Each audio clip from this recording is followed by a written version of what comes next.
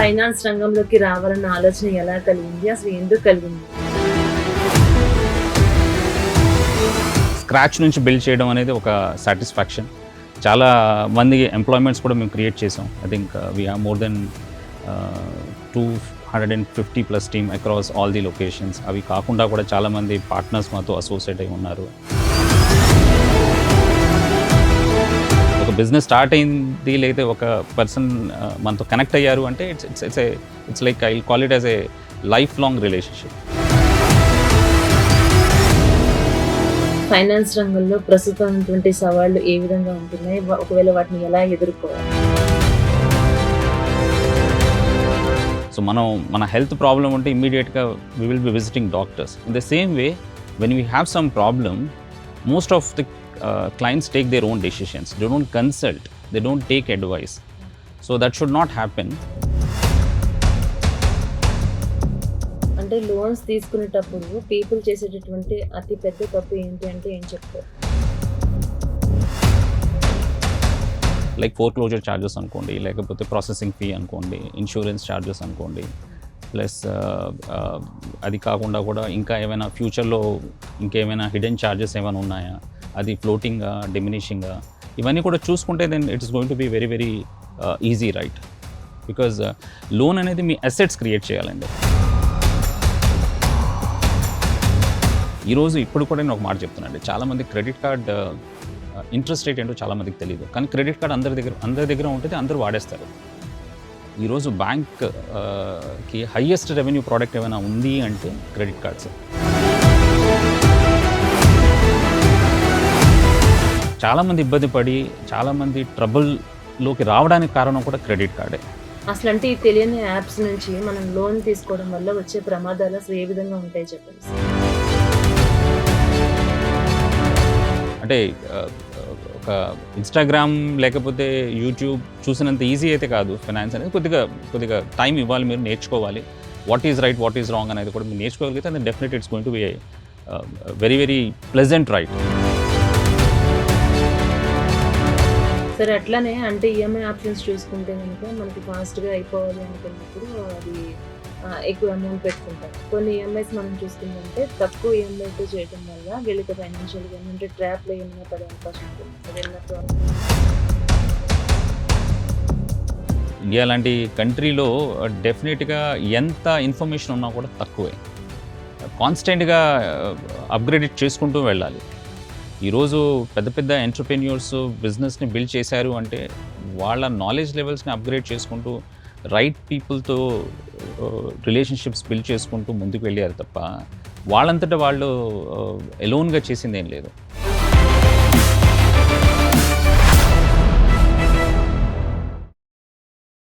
నమస్తే, welcome to V five news business man programme. ఈరోజు business man ప్రోగ్రాంలో భాగంగా మనతో పాటు ఉన్నారు mister Irshad Mohammed, co founder of Loans Paradise Hyderabad. Loans Paradise ప్రస్తుతం భారతదేశ వ్యాప్తంగా కార్యకలాపాలు నిర్వహిస్తూ ప్రముఖ బ్యాంక్స్ మరియు ఎన్బిఎఫ్సిలతో కలిసి వేలాది మంది కస్టమర్లకు సరైన ఆర్థిక పరిష్కారాలను అందిస్తోంది. మిస్టర్ ఇర్షాద్ గారికి బ్యాంకింగ్, అలాగే లెండింగ్, రిటైల్ ఫైనాన్స్ మరియు ఫైనాన్షియల్ అడ్వైజరీ రంగాలలో 20 సంవత్సరాలకు పైగా అనుభవం కూడా ఉంది. ఆయన గతంలో ప్రముఖ బ్యాంకులు మరియు ఫైనాన్షియల్ సంస్థల్లో కీలక బాధ్యతలు నిర్వహించారు. ఈరోజు ఆయన మనతో కలిసి లోన్ తీసుకునే ముందు తప్పనిసరిగా చూడాల్సినటువంటి విషయాలు, బ్యాంకులు మరియు ఎన్బిఎఫ్సిలు లోన్ మంజూరు చేసే సమయంలో పరిశీలించే అంశాలు, చాలామంది చేసే సాధారణ తప్పులు, మంచి సివిల్ స్కోర్ ఎలా మెయింటైన్ చేయాలి, తక్కువ వడ్డీ రేటుతో లోన్ ఎలా పొందాలి, యువత మరియు వ్యాపారవేత్తలు గుర్తుంచుకోవాల్సినటువంటి ఆర్థిక సూత్రాలు వంటి అనేక ముఖ్యమైన అంశాలపై తన అనుభవాన్ని మరియు విలువైన సూచనలను పంచుకొనున్నారు. అయితే ఆలస్యం చేయకుండా ఈరోజు చర్చను ప్రారంభిద్దాం. నమస్తే అండి ఇర్షాద్ గారు. నమస్తే. నమస్తే అండి. సార్, ఎలా ఉన్నారు సార్? ఐఎమ్ ఫైన్ అండి, thank you very much. Thanks for inviting me. Sir, చెప్పండి, అంటే ఫైనాన్స్ రంగంలోకి రావాలన్న ఆలోచన ఎలా కలిగింది? అసలు ఎందుకు కలిగింది మీకు? 20 years బ్యాక్ అండి. నేను ఒక బ్యాంక్లో పనిచేసేవాడిని, ఇంటర్నేషనల్ బ్యాంక్, ఏబిఎన్ ఆంబ్రో బ్యాంక్. నా కెరియర్ అక్కడ నుంచి స్టార్ట్ అయింది బ్యాంకింగ్ లైన్లో. సో అక్కడ నుంచి స్టెప్ బై స్టెప్ గ్రో అవుతూ 10 years పనిచేసిన తర్వాత బ్యాంకింగ్ లైన్లో I decided to help the financial fraternity. అంటే ఎవరైతే బిజినెస్ చేసేవాళ్ళు లేకపోతే లోన్ తీసుకోవాలనుకున్న ఆలోచన ఉన్న వాళ్ళకి I decided to help them as a consultant. So last 10 years నుంచి I started a company called Loans Paradise. We are just helping them. వాళ్ళకి అంటే అన్ని విధాలుగా మేము we are helping them in getting the loan, helping them to solve the problems, helping them to set up the business. మీ business విషయం గురించే కావచ్చు, ఇప్పుడు లోన్స్ సంబంధించి ఎన్నో విషయాలు ఈ రోజు మీతో నేను చర్చించబోతున్నాను. అంటే ఈ రంగంలోకి రాకముందు ఇర్షాద్ గారు అసలు ఏం చేసేవారు, బాల్యం ఎక్కడ, ఫ్యామిలీ? నేను పుట్టి పెరిగింది విజయవాడ అండి. కామన్ ఎలా అయితే నార్మల్ మిడిల్ క్లాస్ ఫ్యామిలీ, మా నాన్నగారు రైల్వేలో పనిచేసేవాళ్ళు. అక్కడ నుంచి జర్నీ స్టార్ట్ అయింది. Slow and steady I have done my post graduation in masters MBA. దాని తర్వాత then decided to get in to banking line అండి. ఎందుకో నాకు చిన్నప్పటి నుంచి కొద్దిగా ఫైనాన్స్ అంటే ఇంట్రెస్ట్ ఉండేది. సో బ్యాంకింగ్ లైన్లో వచ్చిన తర్వాత దెన్ లాట్ ఆఫ్ ట్రాన్స్ఫర్మేషన్, అదే లైన్లో నేను బిల్డ్ అవ్వడం స్టార్ట్ చేశాను, గ్రో అవ్వడం స్టార్ట్ చేశాను. కస్టమర్ చాలామంది కస్టమర్స్, బికాజ్ ఫైనాన్స్ అనేది it's like A blood in మన బాడీలో ఎలా అయితే బ్లడ్ ఉందో బిజినెస్కి లేకపోతే అందరికీ I think it is very very important. ఎలా చూసుకున్నా ఫైనాన్షియల్ గా మాత్రం మనం హ్యాపీగా ఉండాలి, లైఫ్ ని లీడ్ చేయాలి అంటే ఖచ్చితంగా అవసరం. ప్లస్ ఫైనాన్స్ లైన్లో ఉండడం వల్ల లాంగ్ టర్మ్ రిలేషన్షిప్స్ బిల్డ్ అవుతాయండి. దట్ ఈస్ ఆల్సో నేను అబ్జర్వ్ చేసింది. అలా స్టెప్ బై స్టెప్ గ్రో అవుతూ, సో నేను నాకు ఒక ఫౌండర్ కూడా ఉన్నారు. ఇద్దరం కలిసి decided in 2016 to start Loans Paradise. అక్కడ నుంచి we are slowly and steadily building step by step. Now we have operations across India అండి, మల్టిపుల్ లొకేషన్స్లో, and we are doing sizable business across all the markets, helping all the retail loans. అది కాకుండా కూడా we advise customers on investments, we support them on different investment avenues as in very required. ఇది finance అనగానే చాలా aspects. ఈరోజు మీరు డబ్బులు తీసుకునేటప్పుడు ఒక పర్పస్కో తీసుకుంటారు, ఆ పర్పస్ కూడా మనం సాల్వ్ చేయగలిగితే దెన్ కంప్లీట్ ఎండ్ సైకిల్ మనం బిల్డ్ చేయొచ్చు. ఓకే.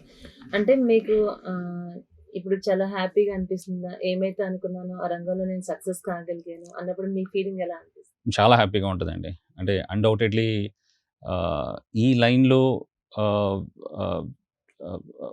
అంటే స్క్రాచ్ నుంచి బిల్డ్ చేయడం అనేది ఒక సాటిస్ఫాక్షన్. చాలా మంది ఎంప్లాయ్మెంట్స్ కూడా మేము క్రియేట్ చేసాం. I think we have more than 250+ team across all the locations. అవి కాకుండా కూడా చాలామంది పార్ట్నర్స్ మాతో అసోసియేట్ అయి ఉన్నారు. వాళ్ళతో వర్క్ చేయడం ఒక డిఫరెంట్ లెవెల్ ఆఫ్ సాటిస్ఫాక్షన్. కాన్స్టెంట్గా వాళ్ళని గైడ్ చేయడం, ట్రైన్ చేయడం, మెంటర్ చేయడం, క్లయింట్స్ని కూడా అడ్వైస్ చేయడం, ప్లస్ వాళ్ళ ప్రాబ్లమ్స్ని అర్థం చేసుకోవడం, వాళ్ళ ప్రాబ్లమ్స్ని ఐడెంటిఫై చేసి మనం వాళ్ళకు ఒక డిఫరెంట్ అడ్వైస్ ఇచ్చి వాళ్ళ బిజినెస్ని మళ్ళీ నెక్స్ట్ లెవెల్కి తీసుకెళ్ళడం. చాలామంది customers, I think we really help so many customers to build from the scratch. Plus continuous cycle. ఒక బిజినెస్ స్టార్ట్ అయింది లేదా ఒక పర్సన్ మనతో కనెక్ట్ అయ్యారు అంటే it's like I will call it as a life long relationship. అంటే ఎవరు ఏ business చేసినా, ఎట్లాంటి వ్యాపారం మనం చేయాలనుకున్నా ఫ్యామిలీ సపోర్ట్ ఉంటేనే ఎవరైనా ఏదైనా సాధించగలుగుతారు. ఓకే, రంగంలో ఎంత సక్సెస్ అయ్యారన్నది మనకు తెలుసు కాబట్టి ఈ రోజు మన వీఫా స్టూడియోలోకి మీరు ఇక్కడ ఇన్వైట్ చేయడం, ఈ రోజు పీపుల్ అందరికీ పరిచయం. Thank you very much, thanks for inviting. ఎలా ఉంటుంది ఫ్యామిలీ సపోర్ట్? డెఫినెట్లీ అండి, I have my 100% family support. My wife is a house wife. తన పేరు ఫర్హీన్ అండి. So I have 2 kids. So always they support me, they guide me, they were always behind me. కొన్నిసార్లు అంటే కొన్ని మీటింగ్స్లో చాలా లేట్గా వస్తాను నేను ఇంటికి, but still I think they understood K this is what my business and this is what I do and don't trouble me. So I'm really happy, I'm blessed. అది చాలా చాలా ఇంపార్టెంట్. అంటే నేను ఈ డెసిషన్ తీసుకునేటప్పుడు కూడా నేను వాళ్ళతో డిస్కస్ చేయడం జరిగింది, మా వైఫ్కి చెప్పడం జరిగింది. She was always cooperative, she was always supportive to and probably she was always there behind me to support this journey. Okay, చెప్పండి. ఇంకా అంటే మీ ఫైనాన్స్ సంస్థ ఎలాంటి సంస్థ, అంటే ఎట్లాంటి సేవా కార్యక్రమాలు అందిస్తాం, ఎట్లాంటి సేవలు అందిస్తాం? అంటే ఎంప్లాయీస్ పర్సే చాలా యాక్టివిటీస్ మేము చేస్తూనే ఉంటామండి. అది కాకుండా కూడా కొన్ని అసోసియేషన్స్కి మేము ఇన్వాల్వ్ అవుతూ ఉంటాం. లైక్ డాక్టర్ ఈవెంట్స్ మేము చేస్తూ ఉంటాం, డాక్టర్స్ ఈవెంట్స్లో, లేకపోతే చార్టెడ్ అకౌంటెంట్స్ అసోసియేషన్స్లో ఇన్వాల్వ్ అవుతూ ఉంటాం. అది కాకుండా కూడా కొన్ని సోషల్ సర్వీస్ యాక్టివిటీస్ కూడా మా ఆర్గనైజేషన్ తరఫున మేము ఇనిషియేటివ్స్ తీసుకుంటూ ఉంటాం. So and apart from that ఒక ఎంప్లాయీస్కి కావాల్సిన అన్ని బెనిఫిట్స్, అన్ని సౌకర్యాలు కూడా I think we are giving our best to make them happy with us. And also మా ఆర్గనైజేషన్ పేరు కూడా financial freedom, because Loans Paradise అని చెప్తున్నాం. ఇట్స్ ఎ బ్రాండ్ అండి, but organization is Fin Free. నేను నా ఫౌండర్ ఒక వినోద్ సాహు అని ఉన్నారు. So we both manage this organization. పర్టికులర్గా నేమ్ ఎంచుకోవడానికి గల కారణం financial freedom, Fin Free. Fin Free అంటే ఫైనాన్షియల్ ఫ్రీడమ్. సో మాతో అసోసియేట్ అయిన వాళ్ళందరికీ కూడా we want to create financial freedom. Financial freedom అనేది ఏంటంటే you don't work for money. ఒక స్టేజ్లో you don't work for money, you work for freedom. ఇప్పుడు ఇందాక నేను మీతో ఒక మాట చెప్పడం జరిగింది, you are working passionately. So why you work passionately? Because you love it. You don't look at money. The same way here also we want to create an ecosystem where I think people would be happy when they have the financial freedom. Financial freedom may ma back strength అండి. అలాగే sir, అంటే ఈ finance రంగంలో ప్రస్తుతం ఉన్నటువంటి సవాళ్ళు ఏ విధంగా ఉంటున్నాయి, ఒకవేళ వాటిని ఎలా ఎదుర్కోవాలి? చాలా ఛాలెంజెస్ ఉన్నాయండి. Especially to the extent possible government అయితే సపోర్ట్ చేస్తుంది, no doubt about it. But చాలా మందికి ఫైనాన్షియల్ అవేర్నెస్ అనేది మిస్ అవుతుంది. అది యాజ్ మచ్ యాజ్ పాసిబుల్ కాన్స్టెంట్గా ఇవాల్యుయేట్ చేయాల్సి ఉంటుంది. ఎందుకంటే చాలామంది ఫైనాన్స్ అనగానే చాలా పెద్ద కాంప్లెక్స్ సబ్జెక్ట్ అనుకుంటారు. Plus I call the financial advisors are like financial doctors. Financial advisors are like financial doctors. So మన హెల్త్ ప్రాబ్లం ఉంటే ఇమ్మీడియట్గా we will be visiting doctors. In the same way when we have some problem, most of the clients take their own decisions. They don't consult, they don't take advice. So that should not happen.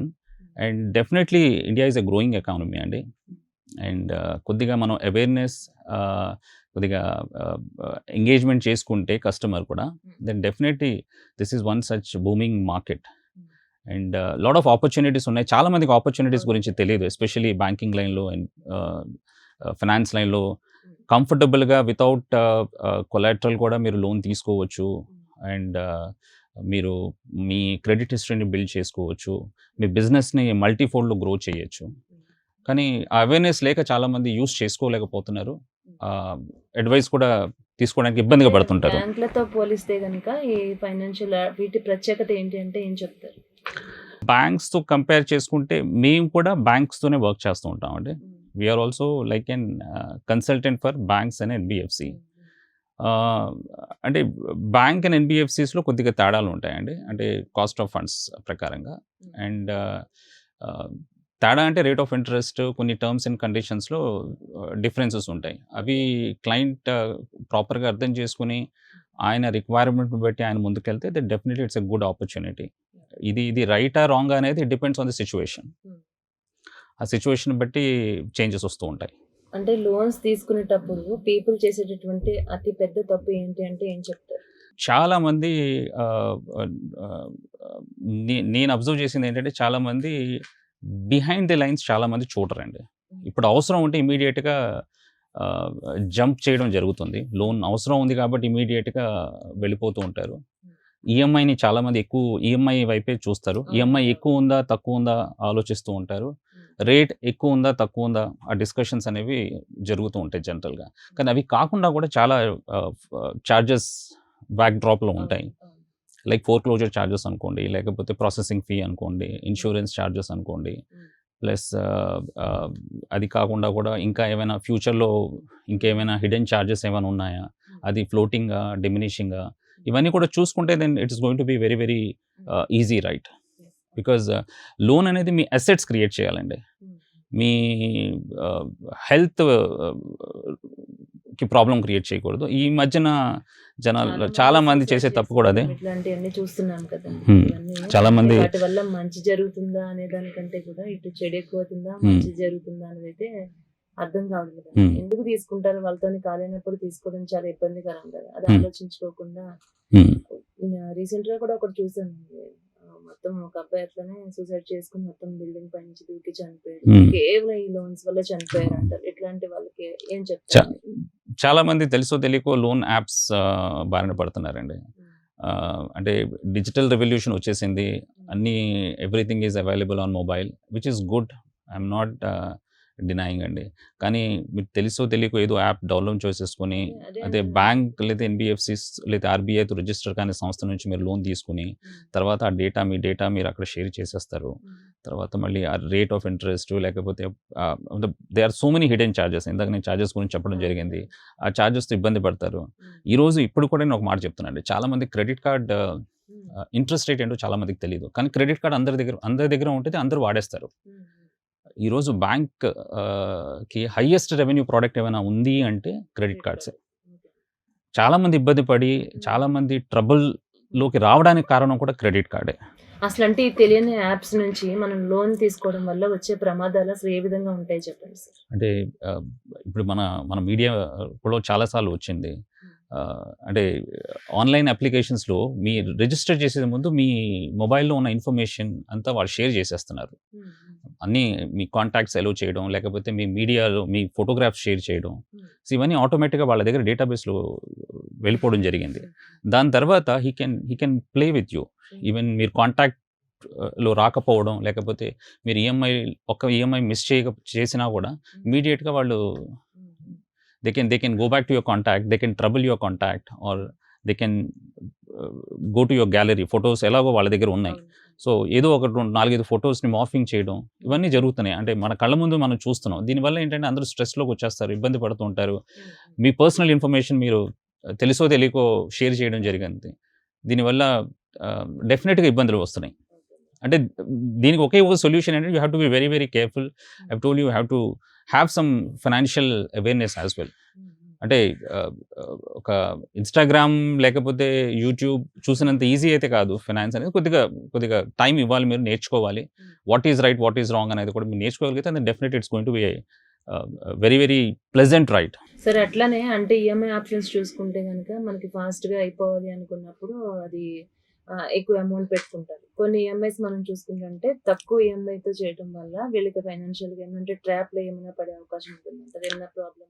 నేను డెఫినెట్గా trap అండి. అంటే EMI ఈరోజు ఈ మార్కెట్లో కూడా చాలా campaigns జరుగుతున్నాయి. అదే 1,999, 2,999, 5,999 అని చెప్పి 1 lakh తీసుకోండి, చాలా లోయెస్ట్, జీరో ప్రాసెసింగ్ ఫీ అని చెప్పి. అంటే వాళ్ళు మీరు కాంటాక్ట్ చేయలేరు. అంటే ఇవన్నీ డిఫరెంట్ ప్లేసెస్లో ఒక అప్లికేషన్ రన్ చేస్తున్నాయి. అవి కొన్నిసార్లు అవి ఎన్బిఎఫ్సిస్ కూడా ఉండకపోవచ్చు. అంటే జనరల్గా బ్యాంక్స్లో కూడా మీకు ఆన్లైన్ ప్లాట్ఫామ్స్ వచ్చాయి. బట్ బ్యాంక్స్ అంటే కొద్దిగా ఆర్బీఐ జ్యూరిస్డిక్షన్లో ఉంటాయి, లేకపోతే నాన్ బ్యాంకింగ్ ఫైనాన్స్ కార్పొరేషన్స్ కూడా బ్యాంకింగ్ జ్యూరిస్డిక్షన్ ఉంటాయి. కాబట్టి they follow certain rules and regulations. అదే కొన్ని రిజిస్టర్ కాని సంస్థలు కూడా ఉన్నాయండి, ఎస్పెషల్లీ ఈ లైన్లో. దీనివల్ల చాలా ప్రాబ్లమ్స్ క్రియేట్ చేస్తున్నాయి. అంటే వాళ్ళు ఇనీషియల్గానే చాలా ఎక్కువ ప్రాసెసింగ్ ఫీ, ఇంట్రెస్ట్ తక్కువ చెప్తారు, ప్రాసెసింగ్ ఫీ చాలా ఎక్కువ కలెక్ట్ చేసేస్తారు, ప్లస్ చాలా ట్రబుల్ ఇచ్చేస్తున్నారు కస్టమర్స్కి. సో దానివల్ల ఏంటంటే ఇబ్బందులు పడుతూనే ఉన్నారు. సో దీని అన్నిటికీ ప్రాబ్లం ఒకే ఒక సొల్యూషన్ ఏంటంటే you should have some awareness. Consult చేసుకుని ఏదైనా మీరు ఆన్లైన్లో ఈరోజు ఏం చేసినా కూడా you have to be little careful because data is getting shared. అంటే మన జీతంలో ఎంత శాతం ఈఎంఐకి వెళ్ళాలి అంటారు? ఒక థంబ్ రూల్ ఏంటంటే ఎనీ పాయింట్ ఆఫ్ టైం మీరు ఒక ₹1,00,000 మీరు ఎర్న్ చేస్తుంటే at least you have to ensure that 50% కంటే ఎక్కువ క్రాస్ అవ్వకుండా చూసుకోవాలి. అంతకంటే ఎక్కువ క్రాస్ అయ్యారు అంటే స్లోలీ అండ్ స్టడీలీ మీరు కొద్దిగా ఇబ్బంది పడడం స్టార్ట్ చేసినట్టే. ఎందుకంటే మీకు ఈఎంఐ కాకుండా కూడా అదర్ ఎక్స్పెన్సెస్ ఉంటాయి. ఈఎంఐ ఒకటే కాదు కదా ఎక్స్పెన్సెస్ మీకు. ఆ ఈఎంఐ అనేది అసెట్ క్రియేటింగ్ ఇన్వెస్ట్మెంట్లోకి వెళ్ళిందా, లేకపోతే చాలామంది ఈరోజు తెలుసో తెలియకో ఐఫోన్ కొనేస్తున్నారు. అంటే జాబ్ స్టార్ట్ అవ్వడం ఐఫోన్ అంతే ఉండాలి. ఐఫోన్ కార్ అంటే కెరియర్ స్టార్ట్ అవ్వగానే ప్రాపర్టీస్కి వెళ్ళిపోతున్నారు. They don't have emergency fund, they don't have savings habit. ఒక 30 years బ్యాక్ మన పేరెంట్స్ ఒక మాట చెప్పేవాళ్ళు. అంటే మీరు ఒక ₹100 సంపాదిస్తే అట్లీస్ట్ ఒక 20 to 30% మీరు సేవ్ చేయండి అని చెప్పేవాళ్ళు. ఈరోజు ఎంతమంది దగ్గర సేవింగ్ హ్యాబిట్ ఉందండి? ఎక్స్పెన్సెస్ హ్యాబిట్స్ ఉన్నాయి. జీతం రాకముందే వాళ్ళు ఎక్స్పెన్సెస్ డిసైడ్ చేసేస్తున్నారు. ఇన్సెంటివ్స్ వస్తున్నాయంటే ఇమీడియట్గా ఎక్స్పెన్సెస్ రెడీ అయిపోతున్నాయి.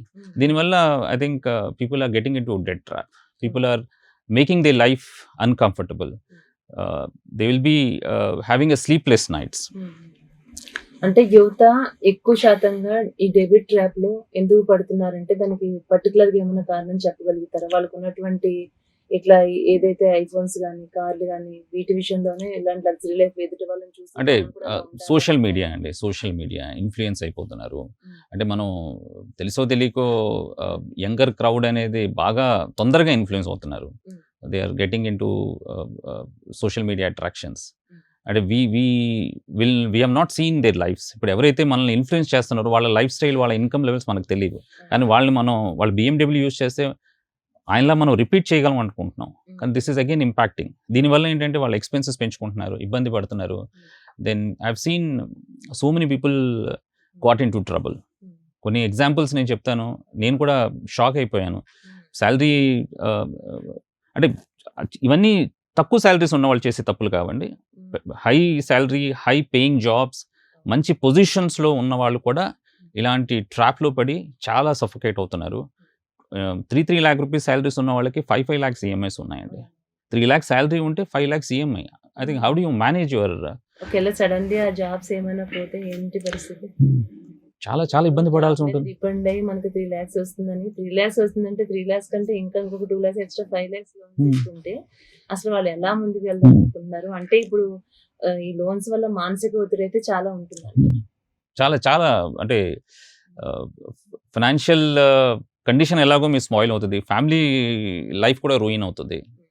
ప్లస్ అది కాకుండా కూడా మీరు మీ ప్రొఫైల్ కూడా పాడైపోవడం జరిగిందంటే ఈరోజు బ్యాంక్స్లో కానీ లేకపోతే కొన్ని ఆర్గనైజేషన్లో కూడా మీ సిబిల్ స్కోర్ బాగుంటేనే ఉద్యోగాలు ఇస్తున్నారండి.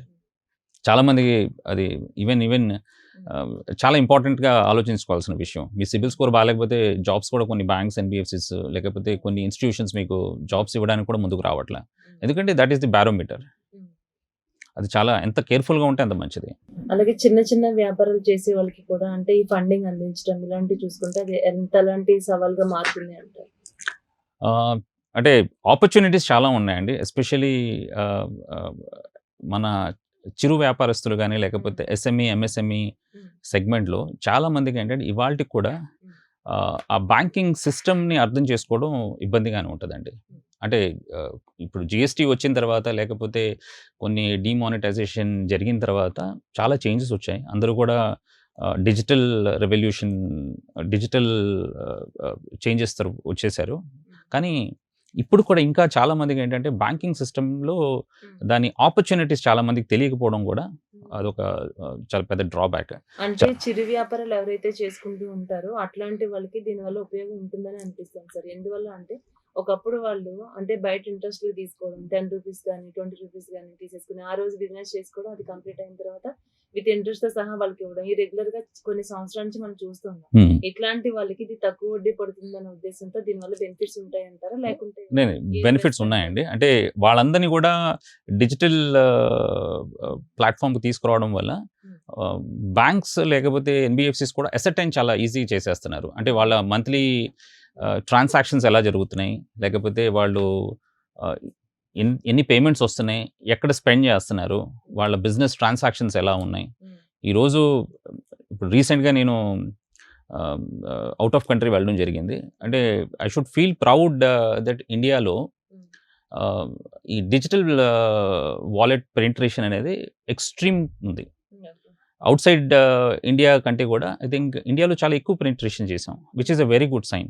బట్ స్టిల్ అది కాకుండా కూడా కొద్దిగా ఫైనాన్షియల్ అవేర్నెస్, దీనివల్ల ఆపర్చునిటీస్ ఏమున్నాయి, దీన్ని ఎలా మనం సపోర్ట్ చేసుకుంటూ ముందుకు వెళ్ళి ఒక స్మాల్ బిజినెస్ ఓనర్ని దాన్ని నెక్స్ట్ లెవెల్కి తీసుకెళ్లాలంటే ఫైనాన్స్ చాలా పెద్ద సపోర్ట్ కావాలి. ఎవరికైనా కూడా ఫైనాన్స్ అనేది ఇట్స్ ఏ మేడం మీరు కాదన్నా కూడా you have to manage. Finance management కూడా ఒక స్కిల్ అండి. అది ఐ థింక్ చిన్న చిన్న వ్యాపారస్తులు కొద్దిగా స్లోలీ అండ్ స్టడీలీ బిల్డ్ చేసుకుంటూ వెళ్తే then definitely it's going to be a very very strong economy. అంటే ఈరోజు మనం ఎలా యూస్ చేయాలో చెప్తున్నాం తప్ప వాళ్ళకి దీనివల్ల ఉపయోగాలు ఏంటి మీరు ప్రాపర్గా ట్రాక్ బిల్డ్ చేసుకుంటే దానివల్ల వచ్చే ఆపర్చునిటీస్ ఏమున్నాయనేది ఎవరు చెప్పట్లేదు. ఇప్పుడు మీరు ప్రతి ఈవెంట్ ఈరోజు ఏ ఇండియాలో ఏ కంట్రీ ఏ సిటీకి వెళ్ళినా కూడా, ఏ లొకేషన్కి వెళ్ళినా కూడా స్కానర్స్ పెట్టేశారు.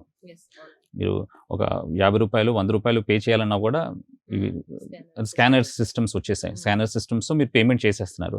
ఇలా కాన్స్టెంట్గా మీరు బిల్డ్ చేసుకుంటే మీకు ఆపర్చునిటీస్ ఇంకా బెటర్గా ఉన్నాయి.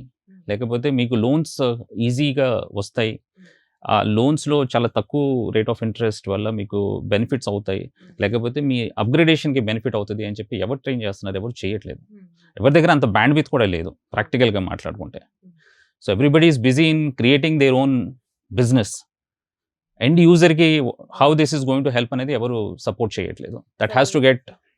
సరే, అట్లనే లోన్స్ పేరుతో కూడా మనం చూడొచ్చండి. కొంతమంది లోన్స్ పేరుతో కూడా ఫస్ట్ మీరు ఇంత పే చేయాలి, ఇది చేయాలి, అది చేయాలని చెప్పేసి ఆ ప్రాసెస్ ఉంటుందని చెప్పి, తర్వాత వాళ్ళు ఇస్తారో లేదో సంగతి పక్కన పెడితే కనుక ముందు ఈ ప్రాసెస్ కంప్లీట్ చేసుకోవాలి ఇవన్నీ చెప్పి మినిమం ఒక 10,000 15,000 వాళ్ళతో కట్టించుకోవడం ఎట్లాంటివన్నీ చూస్తున్నాము. ఎందుకంటే కొంతమంది బాధితులు మన దగ్గర రావడం కూడా జరిగింది. ఎట్లా జరిగింది, బ్యాంక్ లోన్స్ కానీ వెళ్తే ఈ ప్రాసెస్ సిస్టమ్ ఇలా ఉంటుందని చెప్పి అంతా పే చేయించుకున్నారు. ఆ తర్వాత అయిన తర్వాత లోన్స్ రాలేవు, చేయలేదు, ఈ కట్టిని కూడా మాకు రిటర్న్ రావట్లేదని ఇలాంటి మోసాలు కొన్ని జరుగుతున్నాయి. డెఫినెట్గా జరుగుతున్నాయి. నేను జరగట్లేదు ఎట్లా గెస్ చేయాలంటారు? అంటే చాలామందికి అవేర్నెస్ లేకపోవడం వల్ల ఇలాంటివి జరుగుతున్నాయండి. అంటే మీకు లోన్ రిక్వైర్మెంట్ ఉంటే మాలాంటి ఆథరైజ్ ఛానల్స్ లేకపోతే డైరెక్ట్ బ్యాంక్ అప్రోచ్ అయ్యి మీకున్న బిజినెస్ లేకపోతే మీకున్న డాక్యుమెంట్స్, మీ దగ్గర ఉన్న డాక్యుమెంట్స్, మీరు శాలరీడ్ అయితే దానికి ఒక సెట్ ఆఫ్ డాక్యుమెంట్స్ ఉన్నాయి, అది మీరు బిజినెస్ ఓనర్ అయితే దానికి ఒక సెట్ ఆఫ్ డాక్యుమెంట్స్ ఉన్నాయి, అవన్నీ కొద్దిగా మీరు బ్రీఫింగ్ చేసుకుంటే 1-to-1 కూర్చుని మాట్లాడుకుంటే డెఫినెట్లీ క్రిస్టల్ క్లియర్గానే ఉంటుంది. ఇప్పుడు ఎవరో ఫోన్ చేసి కరెక్ట్, ఇప్పుడు ఏదైనా అక్కడికి వెళ్ళకోకుండా వీళ్ళు చూస్ చేసుకునే పర్సన్స్ వల్ల అలాంటి మిస్టేక్స్ జరుగుతున్నాయి. అలాగే సార్, అంటే ప్లస్ ఇంకో విషయం కూడా నేను చెప్పాలనుకుంటున్నాను ఇక్కడ. మీ మీడియా ద్వారా నేను చెప్పాల్సింది ఏంటంటే, ఇప్పుడు ఎలా అయితే నేను బిజినెస్ ఓనరో లేకపోతే ఎండ్ యూజర్కో నాలెడ్జ్ లేకపోవడం చెప్తున్నానో, చాలామంది ఈ లైన్లో ఉన్న వాళ్ళకు కూడా, ఎవరైతే ఈ యాక్టివిటీలో ఉన్న వాళ్ళకు కూడా ఇన్ఫర్మేషన్, నాలెడ్జ్ అనేది మిస్ అవుతుంది. దానివల్ల కూడా ఇప్పుడు ఒకరికి ఒక ప్రోడక్ట్ ఇవ్వాలి, కానీ ఆ ప్రోడక్ట్ వాళ్ళకి ఎక్స్పీరియన్స్ లేకపోవడం, ఇంకో ప్రోడక్ట్ ఇవ్వడం వల్ల lot of complications comes in. ఇప్పుడు ఒక బిజినెస్ ఓనర్కి వర్కింగ్ క్యాపిటల్ రిక్వైర్మెంట్ ఉంది, కానీ ఆయనకు ఒక షార్ట్ టర్మ్ లోన్ ఇచ్చేసారంటే మీరు ఇబ్బంది పడతారు. అలాగే అంటే ప్రజల్లో ఆర్థిక అవగాహన ఎంత మేరకు పెరుగుతుంది అంటారు? ఫైనాన్షియల్ గా ఆర్థిక అంటే కంపారిటివ్లీ చాలా చేంజెస్ వచ్చాయి, కానీ India is a vast population అండి. అంటే ఇండియా లాంటి కంట్రీలో డెఫినెట్గా ఎంత ఇన్ఫర్మేషన్ ఉన్నా కూడా తక్కువే. కాన్స్టెంట్గా అప్గ్రేడెడ్ చేసుకుంటూ వెళ్ళాలి. ఈరోజు పెద్ద పెద్ద ఎంటర్ప్రెన్యూర్స్ బిజినెస్ని బిల్డ్ చేశారు అంటే వాళ్ళ నాలెడ్జ్ లెవెల్స్ని అప్గ్రేడ్ చేసుకుంటూ రైట్ పీపుల్తో రిలేషన్షిప్స్ బిల్డ్ చేసుకుంటూ ముందుకు వెళ్ళారు తప్ప వాళ్ళంతటా వాళ్ళు ఎలోన్గా చేసింది ఏం లేదు. సో నేను ఇచ్చే సింపుల్ అడ్వైజ్ ఏంటంటే, కొద్దిగా అంటే లైక్ మైండెడ్ పీపుల్తో లేకపోతే ఫైనాన్షియల్ నాలెడ్జ్ ఉన్న వాళ్ళతో రెగ్యులర్గా ఇంటరాక్షన్స్ పెంచుకొని, ఇప్పుడు what is right, what is wrong అనేది కూడా తెలియాలి. ఇప్పుడు మీరు అనుకున్నది ప్రతిదీ రైట్ కావచ్చు, మీరు అనుకున్నది ప్రతిదీ రాంగ్ కావచ్చు. అది మనం క్లారిటీ పెట్టుకుంటే అది definite it's going to be A win situation. అంటే చాలాసార్లు బిజినెస్ ఓనర్స్ నేను అబ్జర్వ్ చేసింది ఏంటంటే, ఎందుకు అడగాలి, లేకపోతే నేను ఇంత పెద్ద బిజినెస్ నేను రన్ చేస్తున్నాను కాబట్టి ఐ నో ఎవ్రీథింగ్ అనే మైండ్ సెట్లో కూడా ఉండడం కూడా కొన్నిసార్లు create lot of problems. You might think something but end result would be completely different. You have to be little careful. అది మీకు పర్సన్ టు పర్సన్ వేరియేషన్స్ ఉంటాయి. అంటే డిజిటల్ ఫైనాన్స్ వల్ల కొన్ని నష్టాలు వింటున్నాము, కొన్ని లాభాలు వింటున్నాము. మీరు పర్టికులర్గా నష్టాలు అడిగితే ఏం చెప్తారు, ప్రయోజనాలు అడిగితే, లాభాలు అడిగితే ఏం చెప్తారు? లాభాలు నేను first I will start with opportunities అండి. ఎస్, అంటే డిజిటల్ రెవల్యూషన్ వల్ల, డిజిటల్ సిస్టమ్ వల్ల స్పీడ్ అనేది పెరిగిందండి, సింప్లిసిటీ పెరిగింది, యాక్సెసిబిలిటీ చాలా ఫాస్ట్గా. ఈరోజు హైదరాబాద్లో కూర్చొని we want to do business in north India, లేకపోతే south India, east India, west India అనుకున్నా కూడా I think comfortably we can do business. ఇంతకుముందు పర్సనల్గా వెళ్ళాలి, లేకపోతే ఆఫీస్ ఉండాలి, there are so many factors. అంటే డిజిటల్ వల్ల is now technology is really no doubt about it. Reach కూడా పెరిగింది. ఈరోజు ఒక యాడ్ ఇచ్చేసారు అంటే then I think I can go to lakhs of people. So that is really helping. But challenges wise చూస్తే తెలుసో తెలియకో సోషల్ మీడియా ఇన్ఫ్లుయెన్స్ వల్ల అవసరం లేకుండా కూడా లోన్స్కి వెళ్తున్నారు, which is again leads to complications అండి. టూ మనీ లోన్స్ తీసుకుంటున్నారు. ఇప్పుడు నా దగ్గర 3-4 యాప్స్ ఉంటాయి. ఆ 3-4 యాప్స్లో కూడా లోన్స్ కనపడతాయి.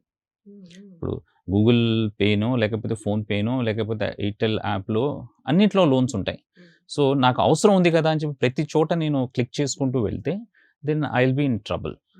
Tomorrow your financial strength will come down. You will be using the money somewhere else which is not required. ఇప్పుడు మీకు ఒక చోట అవసరం ఉంది కానీ మీరు ఇంకో చోట పెట్టేస్తారు, తీసుకోవడం వల్ల ఇబ్బంది పడతాం. ప్లస్ తెలుసో తెలియకో మీరు రాంగ్ యాప్స్ని కూడా చూస్ చేసుకోవడం జరుగుతుంది. అది కూడా చాలా పెద్ద ప్రాబ్లం అండి. అంటే ఇది రైటా రాంగ్ అనేది, ఎందుకంటే డిజిటల్ ఇది. సో ఎవరికి చెప్పరు కూడా. ఇప్పుడు nobody can track what is happening in your application. అంటే ఆర్థిక మోసాల నుంచి ప్రజలు ఏ విధంగా జాగ్రత్త పడాలి అంటారు ఇట్లా జరుగుతున్నటువంటి మోసాలు? అంటే ఎంత తక్కువ అయితే అంత మీరు you have to be careful on digital అండి. డిజిటల్ అంటే ఓన్లీ నోన్ యాప్స్. ఇప్పుడు కొన్ని బ్యాంక్స్ ఉన్నాయి, రెప్యూటెడ్ బ్యాంక్స్, ఆ అప్లికేషన్స్ లేకపోతే రెప్యూటెడ్ ఎన్బిఎఫ్సిస్ వాళ్ళతో డీలింగ్ చేసుకోవడమే ఉత్తమం. మీరు తెలుసో తెలియకో మీకు పేరు కూడా తెలియదు, లేకపోతే ఊరు తెలియదు, ఆఫీసు తెలియదు, మీరు అప్లికేషన్ డౌన్లోడ్ చేసేస్తారు, డాక్యుమెంట్ షేర్ చేసేస్తారు, మీ కేవైసీస్ మీరు షేర్ చేయడం వల్ల there is a possibility of complications. మీకు లోన్ వస్తుంది, but what rate you are getting, foreclosures ఎలా ఉండబోతున్నాయి, లేకపోతే ఎంత ఇంట్రెస్ట్ ఛార్జ్ చేస్తున్నారు అనేది కూడా కొన్నిసార్లు మీరు యాంటిసిపేట్ చేయలేరు, ఎందుకంటే ఆఫీస్ ఇక్కడ ఉండదు వాళ్ళవి. సార్ అలాగే అంటే క్రెడిట్ స్కోర్ ప్రాముఖ్యత ఏంటి అంటే ఏం చెప్తారు? అంటే క్రెడిట్ స్కోర్ అనేది it is like A financial health report అండి. క్రెడిట్ అంటే ఈరోజు చాలా ఇంపార్టెంట్ అయిపోయింది క్రెడిట్ స్కోర్ అనేది. అంటే ప్రతి కస్టమర్కి ఈరోజు సిబిల్ అంటే credit information bureau of India limited అని చెప్పి అంటారండి. It's a independent agency which tracks complete credit history of any person. ఇండియాలో ఎవరైతే ఎంతమంది అయితే ఉన్నారో ఎప్పుడైనా వాళ్ళు లోన్ తీసుకుంటే ఆ డేటా అనేది అక్కడ స్టోర్ అయిపోద్దండి. సో వాళ్ళ చెప్పిన ప్రకారంగా బ్యాంక్స్ కూడా ఫాలో చేసే ప్రాసెస్ అంటే 700+ సిబిల్ స్కోర్ అంటే ఇట్స్ అ గుడ్ స్కోర్. 700+. అంటే bank to bank it variation. కొన్ని బ్యాంక్స్ మీకు 725 అంటారు, కొన్ని బ్యాంక్స్ మీకు 750 అంటాయి. సో బేసిస్ దట్ మీరు how you pay the EMI, how you service the loan, మీరు ఎన్నిసార్లు ఎంక్వైరీస్ చేశారు, all the information. It is like complete report card of your credit history. మీరు డిఫాల్ట్ అయినా చేశారా, ఈఎంఐస్ టైంకి పే చేయలేదా, ఎన్ని రోజులు డిలే చేసి పే చేశారు, everything is recorded. Because banks, NBFCs, మిగతా ఏజెన్సీస్ అందరూ కూడా వాళ్ళకి డేటా షేర్ చేస్తారు. ఇట్స్ ఎ కామన్ ప్లాట్ఫామ్, అందరూ ఎక్స్చేంజ్ చేసుకుంటూ ఉంటాయి. సో ఇండియాలో కూడా కొద్దిగా అవేర్నెస్ వచ్చింది. అండ్ ఈరోజు ఇప్పుడున్న సిచ్యువేషన్లో మీరు చాలా జాగ్రత్త పడాలి, ఎస్పెషల్లీ క్రెడిట్ స్కోర్ని కాపాడుకోవడంలో. ఎందుకంటే ఈరోజు అది పాడైంది అంటే దాన్ని ఇబ్బంది పడడమే. ఫర్దర్గా లోన్స్ రావడం కష్టమైపోద్ది, మళ్ళీ మీరు స్ట్రెస్లోకి వెళ్ళిపోతారు. లేకపోతే మీ ఫ్యూచర్లో మీ పిల్లలకి ఏమైనా లోన్స్ కావాలి అనుకుంటే మీరు ఇబ్బంది పడాలి. ఎడ్యుకేషన్ లోన్స్ కూడా కావాలి కదా. ఇవాళ గురించి ఇవాళ నేను బాగుంటాను, నేను కాదనట్లా. కానీ ఒక 10 years, 15 years, 20 years తర్వాత I want loan for my kids. Then if my నా సిబిల్ స్కోర్ డ్యామేజ్ అయిందంటే దెన్ ఆ టైంలో వాళ్ళు ఇబ్బంది పడాలి. సో ఇవాళ నా కోసం కాదు, నా పిల్లల గురించి కూడా నేను ఆలోచించుకుని I have to protect my CIBIL score. Sir అలాగే క్రెడిట్ కార్డ్ యూజ్ చేసేసుకుంటూ ఉంటారు, అది మళ్ళీ వాళ్ళు కొంతమంది పే చేయకోకుండా కొన్ని సంవత్సరాలు గడిచిపోయినా దాన్ని అట్లానే మేనేజ్ చేస్తూ ఉంటారు. దానివల్ల ఫ్యూచర్లో వాళ్ళకి వచ్చేటటువంటి ఇబ్బందులు ఏ విధంగా ఉంటాయి, ఎలాంటి ప్రాబ్లమ్స్ వాళ్ళు ఫేస్ చేయాలి? నేను ఇందాక మీతో షేర్ చేయడం జరిగింది. ఈరోజు చాలామంది కస్టమర్స్ ఇబ్బంది పడేది కూడా క్రెడిట్ కార్డే. తెలుసో తెలియకో వాళ్ళు credit cards, multiple credit cards, ఒకప్పుడైతే ఫ్యాషన్ అయిపోయింది. ఒక 5 cards 6 cards తీసేసుకుంటారు. అంటే ప్లాస్టిక్ మనీ. ఇప్పుడు నేను వాడుకోవచ్చు, ఎప్పుడో 45 days తర్వాత నేను కట్టాల్సి ఉంటుంది. ఇవాళ నా ఎక్స్పెన్సెస్ పెరగడానికి కూడా కారణం ఎవరైతే క్రెడిట్ కార్డ్ యూజ్ చేస్తున్నారో అందరూ ఇబ్బంది పడతారని చెప్పను. ఎవరైతే ప్రాపర్ ట్రాక్లో ఉన్నారో వాళ్ళు బాగానే ఉన్నారు. బట్ ఎవరైతే ఇబ్బంది పడుతున్నారో, ఎందుకు ఇబ్బంది పడుతున్నారంటే కంట్రోల్ లేకుండా మీరు స్పెండ్ చేయడం వల్ల. ప్లస్ మీరు చాలా జాగ్రత్తగా, అంటే కస్టమర్స్ కూడా చాలా జాగ్రత్తగా ఉండాలి, ఎస్పెషల్లీ క్రెడిట్ కార్డులో. ఈ మధ్యన బ్యాంక్స్ కూడా బాగా డిఫాల్ట్ అయ్యే ప్రోడక్ట్ ఏమైనా ఉంది అంటే క్రెడిట్ కార్డ్సే. ఎందుకంటే రేట్ ఆఫ్ ఇంట్రెస్ట్ కూడా ఎక్కువ ఉండడం వల్ల డిఫాల్ట్, ప్లస్ రొటేషన్ యూజ్ చేసేస్తున్నారు చాలామంది. ఈరోజు మార్కెట్లో కూడా మీరు చూసుంటారు, క్రెడిట్ కార్డ్ మీద డబ్బులు ఇవ్వడం, క్రెడిట్ కార్డ్ని యూజ్ చేసుకుని ఆ అమౌంట్ మళ్ళీ ఈఎంఐ కట్టడం, అవన్నీ క్రియేట్స్ లాట్ ఆఫ్ ప్రాబ్లమ్. మీరు ఈఎంఐ కట్టడానికి క్రెడిట్ని యూజ్ చేస్తున్నారంటే ఐ థింక్ డెఫినెట్లీ లాంగ్ టర్మ్లో ప్రాబ్లమ్స్ అవుతున్నాయి క్రియేట్ చేయడం. అలాగే అంటే సేవింగ్స్, ఇన్వెస్ట్మెంట్స్, ఈ రెండింటికి మధ్య ఉన్నటువంటి తేడా ఏంటి? Savings will build the strength అండి. ఓకే, ఈరోజు అందరికీ నేను ఇచ్చే advice, start savings. At least 20% of your income should get in to savings. Investments అనగానే might be short term, might be long term. Okay, might be short term, might be long term. Depends on your risk appetite, you can choose. అంటే అందులో చాలా avenues ఉన్నాయి ఇన్వెస్ట్మెంట్స్లో.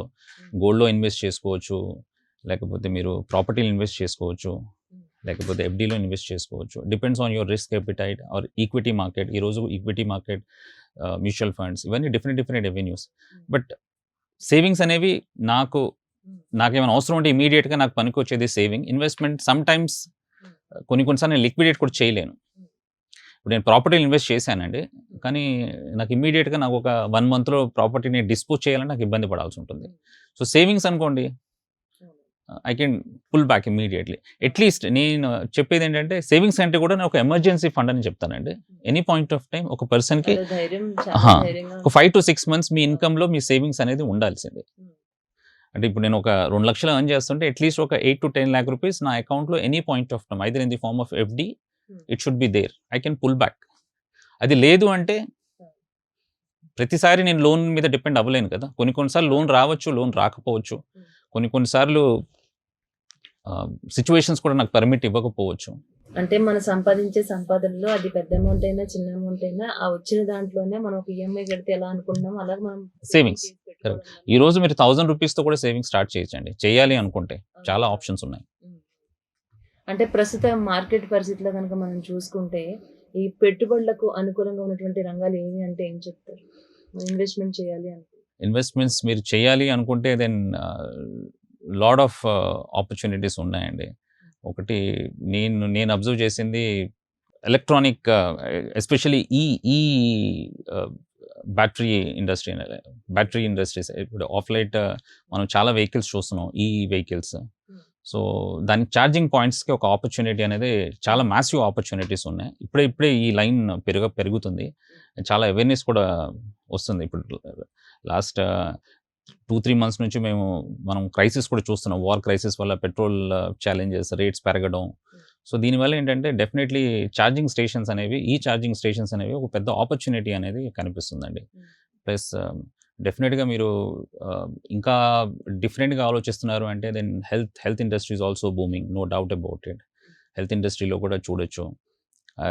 అది కాకుండా కూడా you can look at cloud kitchen. That is also good opportunity. ఈరోజు restaurants మీరు observe చేస్తూనే ఉంటారు.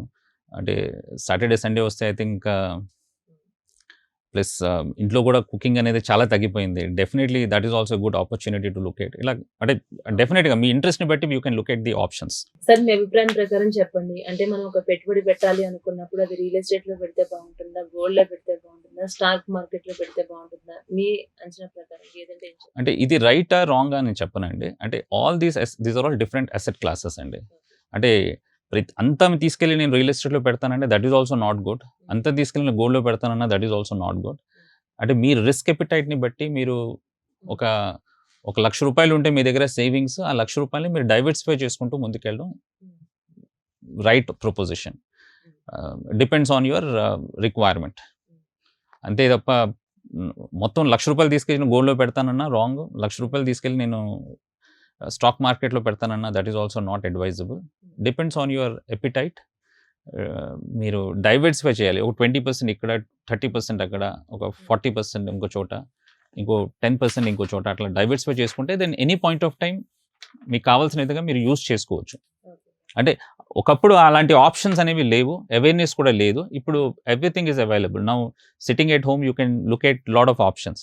ఈరోజు మీరు ఇంట్లో కూర్చొని కూడా డిమాట్ అకౌంట్ ఓపెన్ చేసుకోవచ్చు, ఇంట్లో కూర్చొని కూడా మ్యూచువల్ ఫండ్లో ఇన్వెస్ట్ చేసుకోవచ్చు, ఇంట్లో కూర్చొని కూడా మీరు ప్రాపర్టీ ఇన్వెస్ట్మెంట్లో కూడా డిఫరెంట్ ప్లాట్ఫామ్స్ వచ్చేసాయి.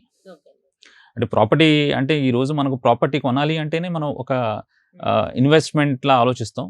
ఈరోజు మీరు ప్రాపర్టీలో ₹1,00,000 కూడా మీరు ఇన్వెస్ట్మెంట్ స్టార్ట్ చేసుకోవచ్చు. అలాంటి ఇన్వెస్ట్మెంట్స్ ఉన్నాయి. అంటే రుణ ఎగవేతలను ఎలా నివారించవచ్చు? టిప్స్ అవేర్నెస్ అండి. అవేర్నెస్ ప్లస్ కొద్దిగా అంటే అది ముందు నుంచి నేను చెప్తూనే ఉన్నాను. అది కొద్దిగా చాలామంది లైఫ్ స్టైల్ మీద ఎక్కువ డిపెండ్ అవుతున్నారు. సేవింగ్స్ మీద చాలా లెస్ ఇంపార్టెన్స్ ఉంది. మీరు అవేర్నెస్ పెంచుకుంటూ లైఫ్ స్టైల్ కంటే కూడా మీ ఇన్వెస్ట్మెంట్ మీద ఎక్కువ ఫోకస్ చేయగలిగితే then definitely this is going to be a very very strong support. Sir, అలాగే అంటే ప్రైవేట్ ఫైనాన్స్ సంస్థలపై ప్రజల్లో ఉన్నటువంటి అపోహలు ఏంటి అంటారు? ప్రైవేట్ ఫైనాన్స్లో కూడా ఈవెన్ అంటే బ్యాంకింగ్ నుంచా అంటే ఆర్గనైజ్ అన్ఆర్గనైజ్ అనేది చూడాల్సి ఉంటుందండి.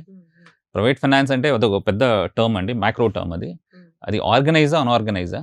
అన్ఆర్గనైజ్ ఎస్ ఛాలెంజెస్ ఉంటాయి. అంటే హై రేట్ ఆఫ్ ఇంట్రెస్ట్, ఒక టర్మ్స్ ఉండవు, ఒక ప్రాసెస్ ఉండదు, వాళ్ళని ఒక జ్యూరిస్డిక్షన్లో ఆపరేట్ చేయరు. అది ఆర్గనైజ్ ఫైనాన్స్. ఇప్పుడు బ్యాంక్స్ కానీ ఎన్బిఎఫ్సిస్లో you should not be worrying, because ఏదైనా కూడా మీకు డాక్యుమెంట్ పర్సే క్లారిటీ ఉంటుంది. మీరు ఎంత లోన్ అమౌంట్ ఇస్తున్నారు, ఏ రేట్లో ఇస్తున్నారు, టర్మ్స్ అండ్ కండిషన్స్ ఏంటి, everything was crystal clear. So ఒక్కసారి మీరు ఆ స్టడీ చేసుకుని, లేకపోతే మీకు తెలిసిన ఎవరైతే ఫైనాన్షియల్ అడ్వైజర్తో మాట్లాడుకుని అది ప్రాపర్గా మీరు అర్థం చేసుకుని ముందుకెళ్తే the definite it's going to B win win situation అండి. అంటే ప్రతిదీ రైట్ రాంగ్ అనేది ఉండదు. అది మనం చూసే విధానంలో లేదా ఎంచుకునే ప్రాసెస్లోనే ఉంటుంది. ఆర్గనైజ్ ఫైనాన్స్లో అయితే దెర్ ఇస్ నో ప్రాబ్లం అండి. అన్ఆర్గనైజ్లో ఎస్ ఛాలెంజెస్ ఉన్నాయి. అంటే చాలామంది ఇబ్బంది కూడా పడుతుంది ఈరోజు అన్ఆర్గనైజ్ ఫైనాన్స్ వల్లే. అంటే అలాగే అధిక వడ్డీ వసూలు చేస్తున్నారనే విమర్శలపై మీ సమాధానం అయితే ఏం చెప్తారు? అంటే అధిక వడ్డీ అనేది depends on lot of factors అండి. అంటే అది బ్యాంక్సా ఎన్బిఎఫ్సా అనేది పక్కన పెట్టినా కూడా ఇప్పుడు ఒక ఇన్స్టిట్యూషన్లో ప్రతి కస్టమర్ ఒకే విధంగా సర్వీస్ అనేది ఉండదండి. ఇప్పుడు మీ సిబిల్ స్కోర్ బాగాలేదు, మీ ట్రాక్ రికార్డ్ బాగాలేదు, లేకపోతే మీ ఏజ్ ఎక్కువ ఉంది, లేకపోతే మీ జాబ్ అనేది కన్సిస్టెంట్గా మీరు జాబ్లో లేకపోవడం, ఇవన్నీ ఫ్యాక్టర్స్ కొన్నిసార్లు బ్యాంక్ని డిఫరెంట్ కేటగిరీలో పెట్టాల్సి రావచ్చు. ఓకే, అలాంటప్పుడు కొద్దిగా ఒక రేట్ ఆఫ్ ఇంట్రెస్ట్లో అనేది వేరియేషన్స్ వస్తాయి. ఇప్పుడు మీరు ఒక బ్యాంక్లో కూడా డిఫరెంట్ కేటగరైజేషన్స్ ఉంటాయండి. ఒక ప్రొఫైల్ని చూసుకునేటప్పుడు ఇప్పుడు మీ సిబిల్ స్కోర్ 775 లేకపోతే 800 ఉంది, ప్లస్ ఇంకో పర్సన్ సిబిల్ వచ్చి 710 ఉంది. సో ఇద్దరికి సేమ్ రేట్ ఆఫ్ ఇంట్రెస్ట్ అనేది పాసిబిలిటీ ఉండదు కొన్నిసార్లు. సో అలాంటప్పుడు కొన్ని వేరియేషన్స్ ఉంటాయి. అది మనం క్లారిటీగా క్లయింట్తో మాట్లాడుకుని, లేకపోతే క్లయింట్కి అవగాహన ఇవ్వగలిగితే then definitely it's a understandable situation అండి. అలాగే సార్, అంటే ఫైనాన్స్ రంగంలో మోసాలు ఏమైతే జరుగుతున్నాయో ఆ మోసాలను పూర్తిగా అరికట్టడం సాధ్యమవుతుంది అంటారు? పూర్తిగా అరికట్టడం అనేది డెఫినెట్గా పాసిబిలిటీ అయితే ఉంది. Only way is awareness, constant awareness అండి. ఈ మధ్యన ఆర్బీఐ కూడా కొన్ని ఇనిషియేటివ్స్ నేను చూశానండి. డిజిటల్ ఫ్రాడ్స్ కానీ, లేకపోతే బ్యాంకింగ్లో జరిగే మోసాల గురించి చాలా అవేర్నెస్ క్యాంపెయిన్స్ అనేవి నడిపిస్తున్నాయి. సో ఇలాంటి ఈవెంట్స్ కూడా మనం కాన్స్టెంట్గా చేయగలిగితే, జనాల్లో అవేర్నెస్ క్రియేట్ చేయగలిగితే definite it's a good medium to look at. ఇవన్నీ ఎందుకు జరుగుతున్నాయంటే అవేర్నెస్ లేకపోతే నాలెడ్జ్ లేకపోతే చాలా ఫాస్ట్గా డెసిషన్స్ తీసుకోవడం, లేకపోతే కొద్దిగా లగ్జరీ.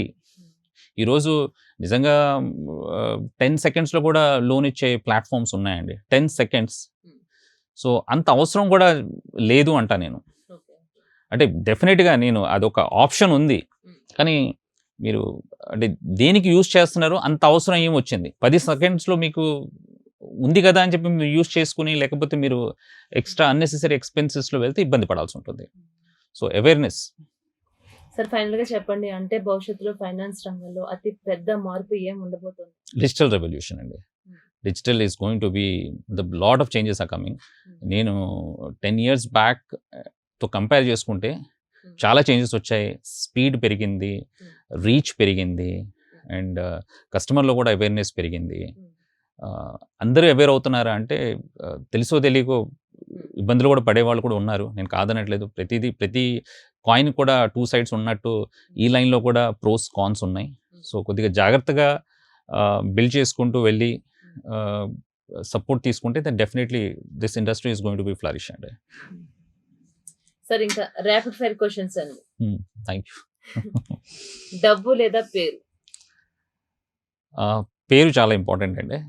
డబ్బు కూడా ఇంపార్టెంటే, బట్ అంతకంటే ముందు పేరు ఉంటే ఆటోమేటిక్గా డబ్బు will fall in line. Savings లేదా ఇన్వెస్ట్మెంట్స్? Savings first. రీజన్? ఇందాక కూడా చెప్పానండి, ఎమర్జెన్సీ ఫండ్ అనేది చాలా ఇంపార్టెంట్. అంటే any point of time investments short term ఉండొచ్చు, లాంగ్ టర్మ్ ఉండొచ్చు, లిక్విడేట్ ఉండొచ్చు, నాన్ లిక్విడేట్ కూడా ఉండొచ్చు. బట్ సేవింగ్స్ ఒక హ్యాబిట్ ఫామ్ అయిందంటే ఆటోమేటిక్గా సేవింగ్స్ హ్యాబిట్స్తో మీరు ఇన్వెస్ట్మెంట్కి వెళ్ళిపోతారు. అదే ఓన్లీ ఇన్వెస్ట్మెంట్ అనేది మీరు ప్రతిరోజు చేయరండి, లేదా ప్రతి నెల మీరు ఇన్వెస్ట్మెంట్ చేయరు. సేవింగ్స్ అనేది ప్రతి నెల మీరు చేయొచ్చు. దానికోసం savings first, then savings will take you to investment. Real estate లేదా stock market? Both are good, but if you ask me, real estate, Indian context lo chuskunte real estate is much better, and definitely stock market కొద్దిగా knowledge కావాలి, కొద్దిగా awareness కూడా ఉండాలి. చాలా మంది చేసే తప్పులు అక్కడే. కొద్దిగా మీకు నాలెడ్జ్ లేనప్పుడు better you look at the safer options, that is real estate. Bank loan లేదా private finance? Bank loans much better. Bank loans are much better, safer. Risk లేదా safety? Safety with risk is advisable. Somebody who is getting into business or starting their career, then safety with risk is always advisable. If you take risk tomorrow, if you're not safe, then you will get into trouble. That is what happening with the younger generation. Balance చేసి చెప్పేసి. Sir final గా చెప్పండి, యువతకు ఒక financial సలహా అంటే? నేను ఇచ్చే సలహా ఏంటంటే, you should inculcate the habit of savings అండి. Let's not jump in to expenses or luxury life, because డెఫినెట్గా ఆ సేవింగ్స్ హ్యాబిట్ మీరు బిల్డ్ చేయగలిగితే దెన్ మీరు ఏమైతే చేయాలనుకుంటున్నారో డెఫినెట్గా that everything fall in line. చాలామంది మిస్ చేసే సబ్జెక్ట్ కూడా అదే. కార్ అనేది ఎక్స్పోజ్ చేస్తూ ఉంటుంది, కానీ ఇన్వెస్ట్మెంట్ అనేది ఎక్స్ప్రెస్ చేస్తూ ఉంటుందండి. నేను ఇచ్చే వన్ ట్యాగ్ లైన్, కార్ మిమ్మల్ని ఎక్స్పోజ్ చేస్తుంది, కానీ ఇన్వెస్ట్మెంట్ మిమ్మల్ని ఎక్స్ప్రెస్ చేస్తుంది. So believe in that and build in that. Definitely always loans Paradise always they to support you, to take care of your finances, to support your finances, to grow your finances. Thank you sir, thank you so Thank you, thank you. సంబంధించినటువంటి ఎన్నో doubts ఈ రోజు మాకు చాలా clear and క్లారిటీగా చెప్పారు. మరొక మంచి ప్రోగ్రామ్ తో Definitely అండి, definitely. Thank you very much. Thanks.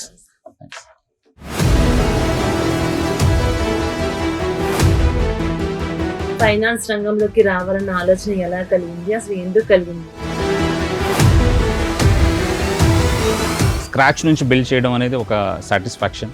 చాలా మంది ఎంప్లాయ్మెంట్స్ కూడా మేము క్రియేట్ చేసాం. I think we have more than 250+ team across all the locations. అవి కాకుండా కూడా చాలామంది పార్ట్నర్స్ మాతో అసోసియేట్ అయి ఉన్నారు. ఒక బిజినెస్ స్టార్ట్ అయింది, లేదా ఒక పర్సన్ మనతో కనెక్ట్ అయ్యారు అంటే it's like I call it as a life long relationship. Finance రంగంలో ప్రస్తుతం ఉన్నటువంటి సవాళ్లు ఏ విధంగా ఉంటున్నాయి, ఒకవేళ వాటిని ఎలా ఎదుర్కోవాలి? సో మన హెల్త్ ప్రాబ్లం ఉంటే ఇమ్మీడియట్గా we will be visiting doctors. In the same way when we have some problem, most of the clients take their own decisions. They don't consult, they don't take advice. So that should not happen. అంటే loans తీసుకునేటప్పుడు people చేసేటటువంటి అతి పెద్ద తప్పు ఏంటి అంటే ఏం చెప్తారు? లైక్ ఫోర్క్లోజర్ ఛార్జెస్ అనుకోండి, లేకపోతే ప్రాసెసింగ్ ఫీ అనుకోండి, ఇన్సూరెన్స్ ఛార్జెస్ అనుకోండి, ప్లస్ అది కాకుండా కూడా ఇంకా ఏమైనా ఫ్యూచర్లో ఇంకేమైనా హిడెన్ ఛార్జెస్ ఏమైనా ఉన్నాయా, అది ఫ్లోటింగా, డిమినిషింగా, ఇవన్నీ కూడా చూసుకుంటే then it is going to be very very easy, right? Because loan అనేది మీ అసెట్స్ క్రియేట్ చేయాలండి. ఈరోజు ఇప్పుడు కూడా నేను ఒక మాట చెప్తున్నానండి, చాలామంది క్రెడిట్ కార్డ్ ఇంట్రెస్ట్ రేట్ ఏంటో చాలామందికి తెలియదు, కానీ క్రెడిట్ కార్డ్ అందరి దగ్గర ఉంటుంది, అందరూ వాడేస్తారు. ఈరోజు బ్యాంక్కి హయ్యెస్ట్ రెవెన్యూ ప్రోడక్ట్ ఏమైనా ఉంది అంటే క్రెడిట్ కార్డ్స్. చాలామంది ఇబ్బంది పడి చాలామంది ట్రబుల్లోకి రావడానికి కారణం కూడా credit కార్డే.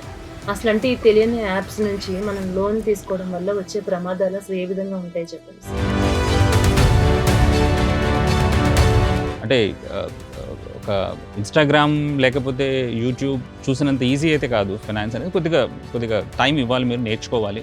What is right, what is wrong అనేది కూడా మీరు నేర్చుకోగలిగితే అది definite it's going to be very very pleasant right.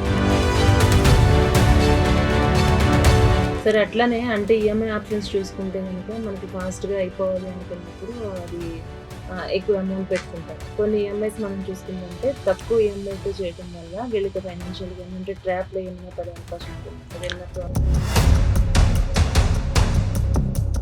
India లాంటి కంట్రీలో డెఫినెట్గా ఎంత ఇన్ఫర్మేషన్ ఉన్నా కూడా తక్కువే. కాన్స్టెంట్గా అప్గ్రేడెడ్ చేసుకుంటూ వెళ్ళాలి.